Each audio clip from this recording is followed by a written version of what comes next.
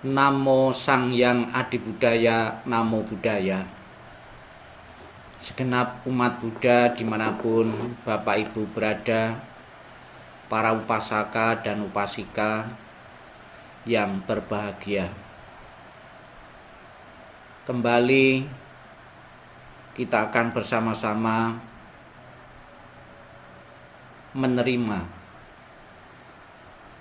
pesan moral dari Sang Buddha, yaitu tentang beberapa pertanyaan yang disampaikan oleh umat kepada kami selaku seorang biku, di mana banyak sekali umat-umat yang menanyakan baik langsung maupun lewat WA maupun telepon tentang ajaran Sang Buddha. Maka pada kesempatan ini saya akan berusaha menjawab. Semoga segenap umat Buddha, mungkin juga yang belum mengerti dengan benar tentang ajaran Sang Buddha, pertanyaan maupun jawaban ini bisa membantu Bapak Ibu memahami ajaran Sang Buddha yang sangat luhur, yang sangat mulia, yang indah pada awalnya, pertengahannya, dan akhirnya. Beberapa pertanyaan tersebut, yang pertama yang pernah diutarakan oleh seorang umat kepada kami, setelah seseorang mencapai nirwana atau nibbana, kemana lagi dia akan pergi? Pernah satu ketika Sang Buddha juga ditanya tentang setelah nirwana kemana. Sang Buddha mengatakan,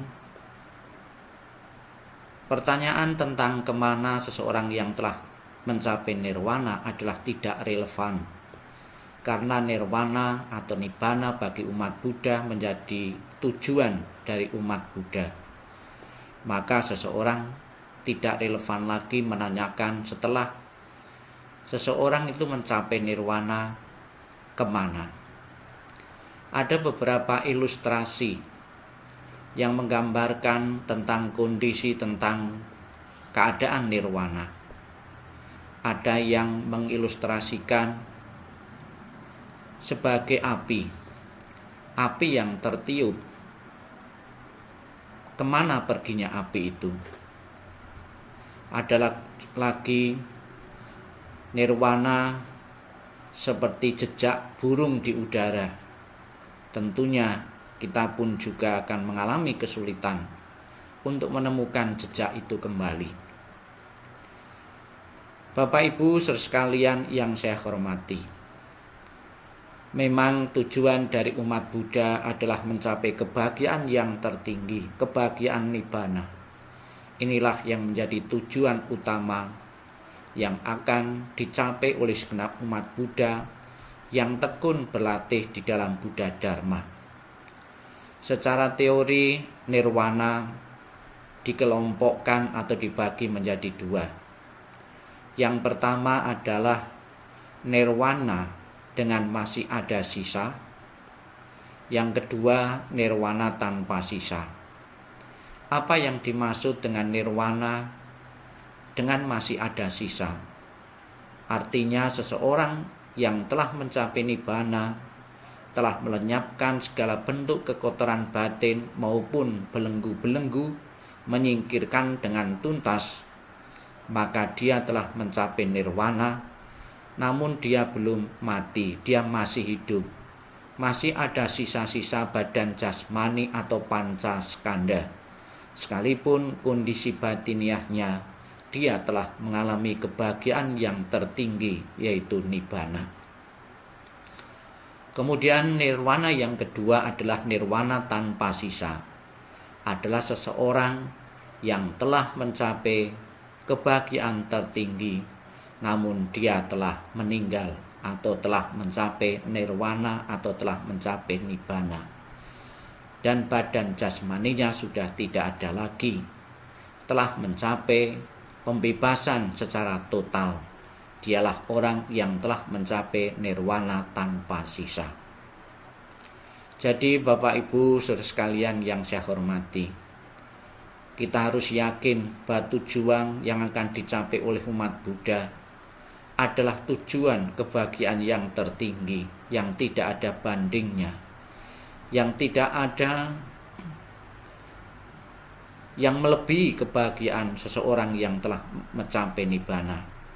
Berlatihlah Bapak Ibu, berlatih jalan tengah yang merupakan jalan yang akan mengantarkan setiap orang untuk mencapai kebahagiaan yang tertinggi, kebahagiaan yang terbesar, yaitu nibbana.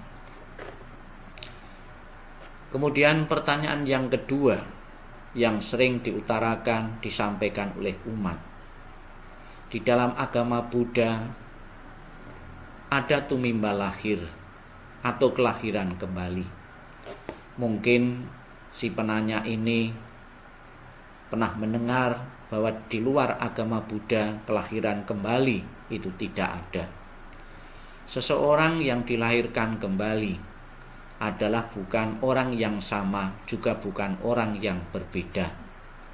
Kalau hewan maupun binatang, itu juga bukan binatang yang sama maupun binatang yang berbeda. Di dalam Buddha Dharma tidak dikenal adanya roh itu kekal. Di dalam Buddha Dharma diilustrasikan adalah sebagai arus kesadaran yang terus-menerus mengalir. Bisa juga saya ilustrasikan tentang kelahiran kembali ini.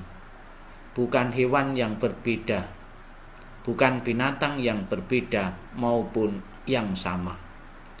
Misalnya saja ulat jadi kepompong, kemudian jadi kupu-kupu. Ulat berbeda dengan kepompong, kepompong juga berbeda dengan kupu-kupu.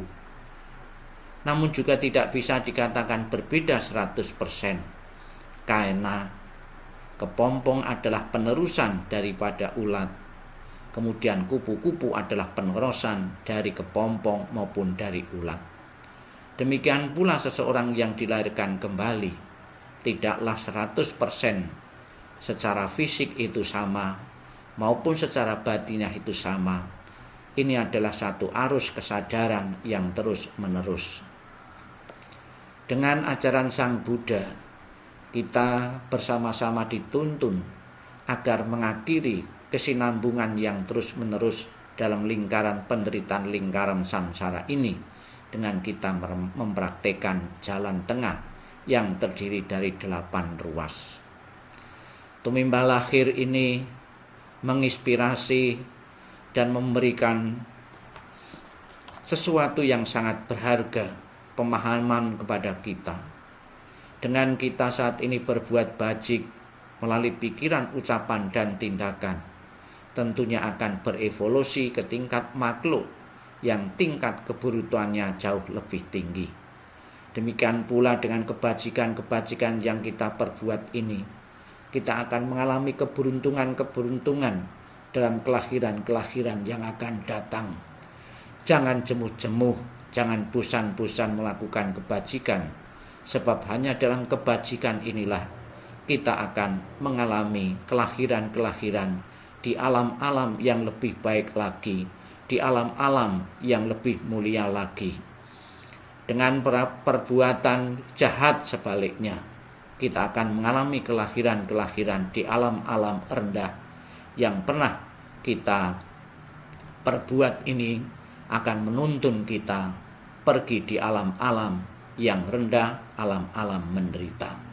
Berbuat bajiklah senantiasa agar kita selalu tumimba lahir di alam-alam yang lebih bahagia lagi, yang memungkinkan, yang mengkondisikan kita bisa merealisasi kebahagiaan yang tertinggi, yaitu nibbana. Kemudian pertanyaan yang ketiga, jika kita mengalami kesulitan, saat ini kita sudah tidak memiliki apa-apa, tidak bisa makan, tidak mempunyai fasilitas apa-apa, semua sudah habis. Kemudian solusinya seperti apa? Ada umat bertanya bahwa dia sudah tidak mempunyai apa-apa lagi. Solusinya seperti apa? Kesulitan itu bisa diatasi dengan cara apa?